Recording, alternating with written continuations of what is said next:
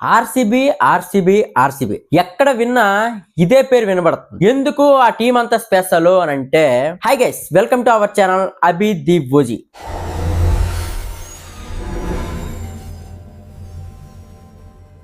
ఈ రోజు మన టాపిక్ ఏంటంటే ఆర్సీబీ టీం ఎస్ఆర్ఎస్ తో ఫస్ట్ మ్యాచ్ ఆడబోతుంది. దాంట్లో ప్లేయింగ్ 11 అలాగే ఎవరికైతే ఇంజురీస్ ఉన్నాయో ఇంజురీ కన్సర్న్స్, అలాగే ఏ ప్లేయింగ్ 11 తో ఆడితే మళ్ళీ టైటిల్ గెలిచే అవకాశం ఉందో మనం ఈ వీడియోలో మాట్లాడుకోబోతాం. అంతకన్నా ముందు ఎవరైతే మన ఛానల్ సబ్స్క్రైబ్ చేసుకోలేదో సబ్స్క్రైబ్ చేసి పెట్టుకోండి. అలాగే స్కిప్ చేయకుండా చూడండి, వీడియో చాలా బాగుంటది, నేను హామీ ఇస్తున్నాను.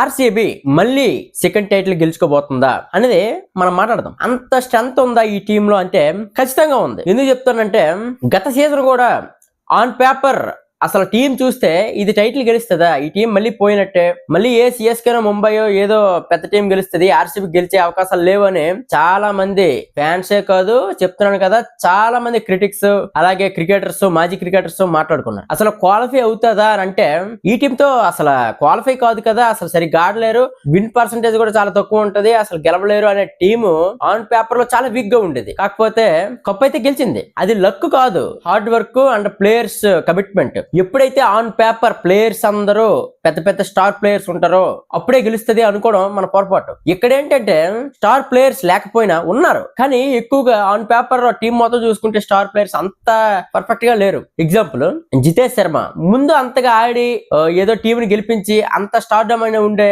ప్లేయర్ అయితే కాదు. ఓకే, కృణాల్ పాండ్యా నార్మల్ గా ఒక ఆల్రౌండర్, నార్మల్ ఆల్రౌండర్.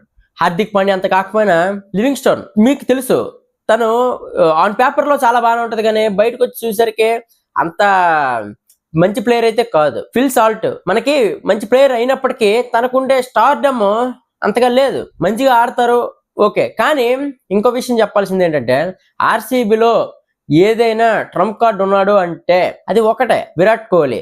మనకి క్రౌడ్ పుల్లర్ అతను. ఎందుకంటే ఆర్సీబీ ఫ్యాండమ్ ఎంత ఉంది అంటే కేవలం అప్పట్లో ఏబీ డివిలియర్స్, విరాట్ కోహ్లీ, ఇప్పుడు విరాట్ కోహ్లీ, కాబట్టి ఫ్యాండమ్ అంత ఉంటది. అలాగే క్రౌడ్ పుల్లర్ అతను వచ్చేసరికి క్రౌడ్ చూడడానికి వస్తారు. మ్యాచ్ గెలిచామా ఓడామా అనేది మ్యాటర్ కాదు, కానీ చూడడానికి వస్తారు. అలాంటి నార్మల్ టీం అనిపించింది 2025 లో RCB team. On paper not qualified team, కాకపోతే కప్ అయితే కొట్టారు. అక్కడ ఆ సీజన్ లో జరిగే కొన్ని విషయాలు, ఆర్సీబీ తరపున జరిగే విషయాలు కొన్ని మాట్లాడదాం. ఇక్కడ ఎవరో ఒకరు ఆడి టీం మొత్తానికి ఒకలే ఆడి ప్రతి సీజన్ అదే వస్తుంది. ఆర్సీబీ 18 సీజన్లుగా ఎందుకు ఓడిపోయిందంటే ప్రతిసారి విరాట్ కోహ్లీ ఆడి మిగతా వాళ్ళందరూ హ్యాండ్ ఇవ్వడమే, ప్రతిసారి బౌలింగ్ వీక్నెస్ ఉండేది, ప్రతిసారి ఒకలే ఆడి మిగతా వాళ్ళందరూ దెబ్బిచ్చేవాళ్ళు. ఈ సంవత్సరం అంతే 2025 ముందు సంవత్సరం జరిగిన ఐపీఎల్ అయితే మాత్రం ఆర్సీబీకి ఆ లోపాలు ఏమీ లేవు. విరాట్ కోహ్లీ కొడితే విరాట్ కోహ్లీ కొట్టేవాడు ఒక రోజు, విరాట్ కోహ్లీ ఫెయిల్ అయ్యాడంటే తర్వాత ఫిల్ సాల్ట్ కొట్టేవాడు, ఫిల్ సాల్ట్ ఫెయిల్ అయితే జితేష్ శర్మ కొట్టేవాడు, జితేష్ శర్మ అయిపోతే పట్టిదార్ అయిపోతే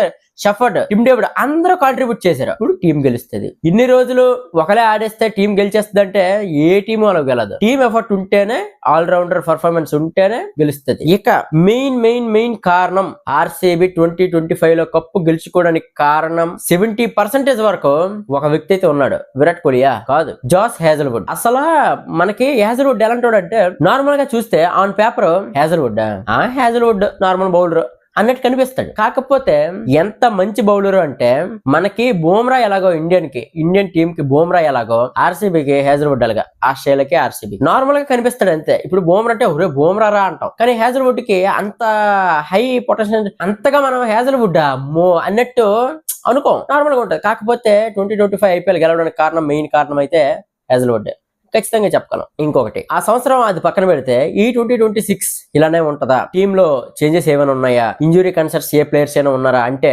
ఉన్నారు. దాని గురించి మనం మాట్లాడదాం. ప్లేయింగ్ 11 ఎస్ఆర్ఎస్ తో ఆడే ప్లేయింగ్ 11 మనం కొంచెం మాట్లాడదాం, వినండి కొంచెం జాగ్రత్తగా. ఓపెనర్స్ గురించి మాట్లాడితే ఫస్ట్ యాస్టీజ్ గా 2025 ఓపెనర్స్ లాగే ఈ 2026 కూడా ఓపెన్ చేస్తారని అనుకుంటున్నాం. విరాట్ కోహ్లీ, ఫిల్ సాల్ట్ అయితే మనకి ఓపెనింగ్ చేస్తారు, ఖచ్చితంగా ఓపెనింగ్ చేస్తారు. అలాగే గత సీజన్ కొన్ని ఇంజురీ కన్సర్న్ వల్ల మయాంక్ అగర్వాల్ వచ్చాడు, అతన్ని అయితే మళ్ళీ రిలీజ్ చేశారు. కాబట్టి యాజ్ టీజ్ గా మళ్ళీ దేవదత్ పడికల్ అయితే నెంబర్ 3 రాబోతుంది. నెంబర్ 3 దేవదత్ పడికల్, ఎందుకంటే ఇక్కడ Virat Kohli, Phil Salt right handers కాబట్టి లెఫ్ట్ హ్యాండ్ కాంబినేషన్ ఉండాలి కాబట్టి నెంబర్ 3 దేవదత్ పడికల్ వస్తాడు. Number 4 captain Rajat Patidar. ఖచ్చితంగా ఈ 4 మెంబర్స్ టాప్ ఆర్డర్ మాత్రం దుమ్ము దులిపిపోతున్నారు ఆర్సీబీకి. ఇది ఖచ్చితంగా రాసి పెట్టుకోండి. మళ్ళీ కప్పు కొట్టేంత స్ట్రాంగ్ అయితే ఉంది ఈ టీము నెంబర్ 4 వరకు.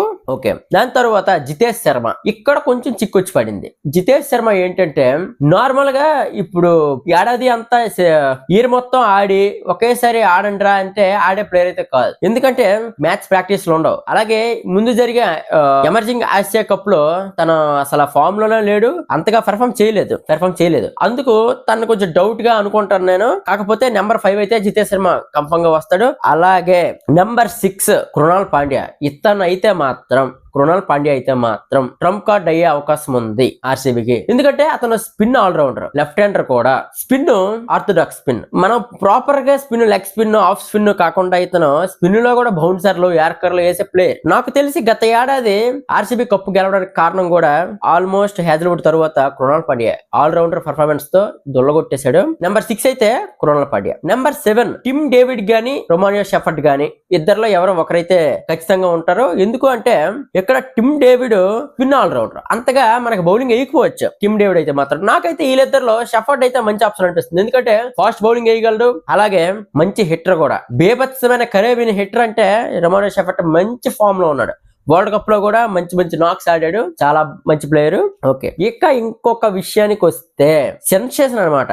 నాకు తెలిసి ఇలాంటి player ఆర్సీబీలో the best player Jacob బెథల్. మీరు చూడొచ్చు, ఇండియానే వణికించిన వాడు. మొన్న సెమీఫైనల్ లో జరిగే సెమీఫైనల్ లో దొల్లగొట్టి దూపం వేసాడు, మామూలు సెంచరీ కొట్టి భయపెట్టాడు. ఒక్క లాస్ట్ అరగంట అయితే మనకి గ్యారంటీగా ఓడిపోతామేమో అన్నంత దాకా మ్యాచ్ తెచ్చాడు. జోకబ్ బెథల్ అయితే ఖచ్చితంగా ఉంటాడు. ఇక్కడ ఫారెన్ ప్లేయర్స్ కి వస్తే ఫిల్ సాల్ట్, రొమానియో షెఫర్డ్, జోకబ్ బెథల్ ముగ్గురు అయితే మనమైతే పెట్టాం. ఇక్కడ మనకి ఇంకో ఆర్సీబీకి బ్యాడ్ న్యూస్ అనే చెప్పాలి. అదేంటంటే జాస్ హేజల్వుడ్ డైరెక్ట్ పిక్ అవుతాడు, కానీ ఇక్కడ ఏంటంటే ఇంజురీ కన్సర్న్ ఉంది అతను. ఇంజురీ కన్సర్న్ వల్ల వరల్డ్ కప్ కూడా ఆడలేదు. దానివల్ల ఏంటంటే ఎవరిని తీసుకొద్దామా, ఎవరిని మళ్ళీ ఆడిస్తామా అని అంటే బ్యాకప్ బౌలర్ కింద మనకి ఫారెన్ బ్యాకప్ బౌలర్ కింద మనకైతే జాకబ్ డఫీ ఉన్నాడు. జాకబ్ డఫీ అంటే సిమిలర్ కైండ్ ఆఫ్ బౌలర్. నాకు తెలిసి న్యూజిలాండ్ ది బెస్ట్ బౌలర్ అంటే జాకబ్ డఫీ. ఎందుకంటే ఈ సంవత్సరం మొత్తం తను చూసుకుంటే చాలా మంచి బౌలింగ్ వేశాడు, చాలా ఎక్కువ వికెట్లు తీశాడు, ఎకౌంట్ వేశాడు. కాకపోతే ఈ 2-3 నెలల్లో ఈ వరల్డ్ కప్ ముందు నుండి చాలా పరుగులు అయితే ఇచ్చేస్తున్నాడు, వికెట్లు కూడా రావడం లేదు, ఫామ్ అయితే కోల్పోయాడు. ఇక్కడ హేజల్వుడ్ లేని లోడ్ అయితే తీర్చగలడనే మనం బ్యాకప్ అయితే ఈ బౌలర్ తెచ్చుకున్నాం, కానీ ఫామ్ లో అయితే లేడు. ఇప్పుడు ఏం చేస్తారు అంటే డైరెక్ట్ హేజల్వుడ్ వచ్చేస్తే హేజల్వుడ్ ఉంటాడు, లేదంటే జాకబ్ డఫీ. ఓకే, అక్కడికి అయిపోయింది. దీని తర్వాత స్పిన్నర్ విషయానికి వస్తే సుయేష్ శర్మ. ఇదైతే మాత్రం కన్ఫర్మ్ గా ఇంపాక్ట్ ప్లేయర్ కింద రావచ్చు. ఎందుకంటే అక్కడ స్పిన్ పిచ్ అనుకోండి, స్పిన్ వేసే బౌలర్ కావాలి కాబట్టి సుయేష్ శర్మ ఖచ్చితంగా ఉంటాడు.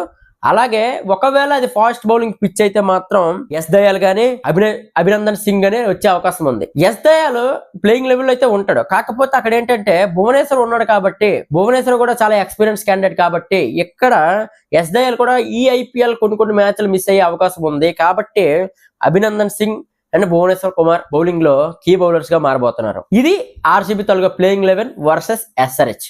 మీరేమనుకుంటున్నారు? ఈ టీమ్ తో అయితే మళ్ళీ సెకండ్ టైటిల్ గెలిచే అవకాశం ఉందా? బ్యాక్ టు బ్యాక్ టైటిల్ గెలిచే అవకాశం ఉందా ఆర్సీబీ? మీరు వెంటనే కామెంట్ సెక్షన్ లో తెలియజేయండి. అలాగే ఇంకేమైనా మార్పులు ఇలాంటివి, ఈ ప్లేయర్ బాగా ఆడగలడు అని అనుకుంటే వెంటనే కామెంట్ సెక్షన్ లో మీరు తెలియజేయొచ్చు. వీడియోకి లైక్ చేయండి, ఇంతవరకు చూసినట్టయితే లైక్ చేయండి. అలాగే మన ఛానల్ ఎవరైతే సబ్స్క్రైబ్ చేసుకోలేదో సబ్స్క్రైబ్ చేసుకోండి. ఇంకో విషయం ఒకటి ఉంది, అదేంటంటే ఇంత డబ్బులు పెట్టి వెంకటేష్ అయ్యర్ ని కొన్నారు కదా, అది ఏం ఆడిపించరు, ఎందుకు ఇంత డబ్బులు పెట్టి మళ్ళీ కొంటున్నారు అంటే ఇంకొక విషయం నేను చెప్తాను. ఇక్కడ జితేష్ శర్మ స్లాష్ వెంకటేష్ అయ్యర్. అక్కడ ఏంటంటే Jitesh Sharma wicket keeper and batsmen. ఇక్కడ ఓన్లీ వెంకటేష్ అయ్యర్ మాత్రం ఆల్రౌండర్, కానీ బౌలింగ్ అయితే అంతగా స్ట్రాంగ్ కాదు, ఓన్లీ బ్యాట్స్మెన్, లెఫ్ట్ హ్యాండెడ్. కాకపోతే ఇక్కడ ఫామ్ ను బట్టి జితేష్ శర్మని గానీ వెంకటేష్ అయ్యర్ ని గానీ తెచ్చుకునే అవకాశం ఉంది. అప్పుడు మనకి వెంకటేష్ అయ్యర్ ఆడినట్టయితే మనకి Phil Salt wicket keeping batsmen కాబట్టి వికెట్ కీపింగ్ కూడా చేసే అవకాశం ఉంది. ఈ చిన్న చేంజ్ జరిగే అవకాశం ఉంది. లేదంటే యాజ్ ఇట్ ఈస్ ప్లేయింగ్ ఏమైనా అయితే ఉంటది. SRH మ్యాచ్ తో ఎవరు గెలుస్తారనుకుంటున్నా కామెంట్ చేయండి. ఈ వీడియో ఇంతవరకే. నెక్స్ట్ ఏ టీం ఏ ప్లేయింగ్ లెవెల్ తో ఆడుతుందో, ఇంకా ఎన్ని కన్సర్న్స్ ఉన్నాయో, ఇంజురీ కన్సర్న్స్ ఉన్నాయో నేను రోజు ప్రతి వీడియోతో నేను అప్డేట్ ఇస్తూనే ఉంటాను. ఎవరైతే ఇంకా సబ్స్క్రైబ్ చేసుకోలేదో సబ్స్క్రైబ్ చేసుకోండి. అప్డేట్స్ కోసం వేచి ఉండండి. గంట సింబల్ ఆన్ లో పెట్టుకోండి. Bye guys.